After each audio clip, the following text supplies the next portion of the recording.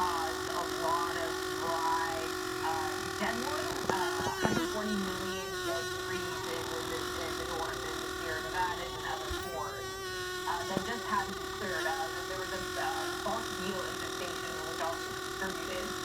But there's just a lot of fuel that has built up over the last decade, and to an extent, actually decades, because the fire service is going to stay national, have not done a very good job of tree trimming, thinning the forest, control the birds.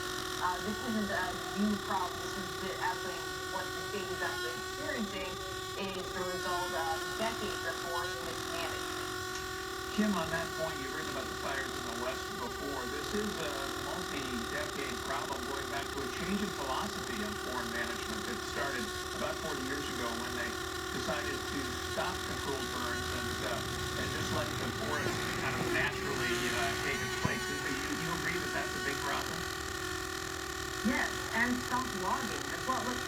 As Alicia said, we have always had fires. You go back through the entire history of this country and before. You had wildfires. It was the way of clearing out dead brush and debris and forests. The problem is we can't do that anymore as a society because we live in and among these forests. And when this happens, you not only have structures that burn down, lives that end, you have asthma, air quality issues. So the answer is you have to manage the forest. You do it through commercial logging, you do it through trimming, and you also do it in ways too where you deal with tree disease.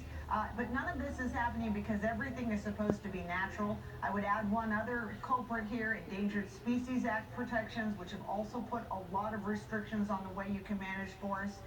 If we're not going to change that philosophy, we're going to have these events every year. And to end climate change, you can't do anything that involves weather fires without bringing up climate change these days. What do you make of Gavin Newsom blaming climate change for this summer's fires? Well, this is sort of automatic with the Democrats, but I think there's sort of an interesting philosophical point beneath this. The idea behind climate change is that man can somehow take measures that are going to affect nature at the highest and most complex level, the climate. And this is really kind of in some ways an act of hubris. We all love nature. But what we're seeing here, a lot of these wildfires were caused by thousands of lightning storms that occurred across California.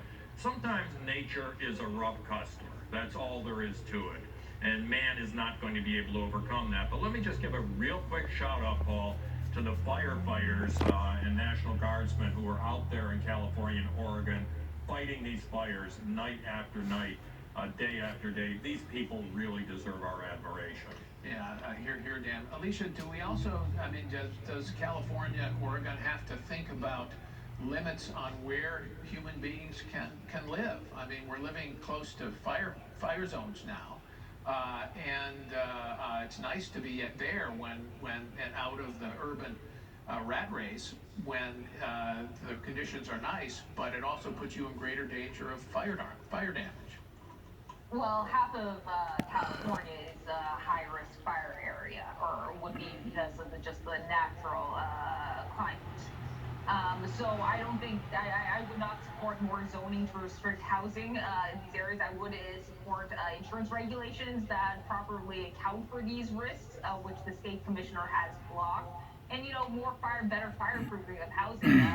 It's somewhat ridiculous that the state has mandated solar panels on all new homes and has provided subsidies for this, but has basically blocked any kind of legislation that would encourage more fireproofing, fire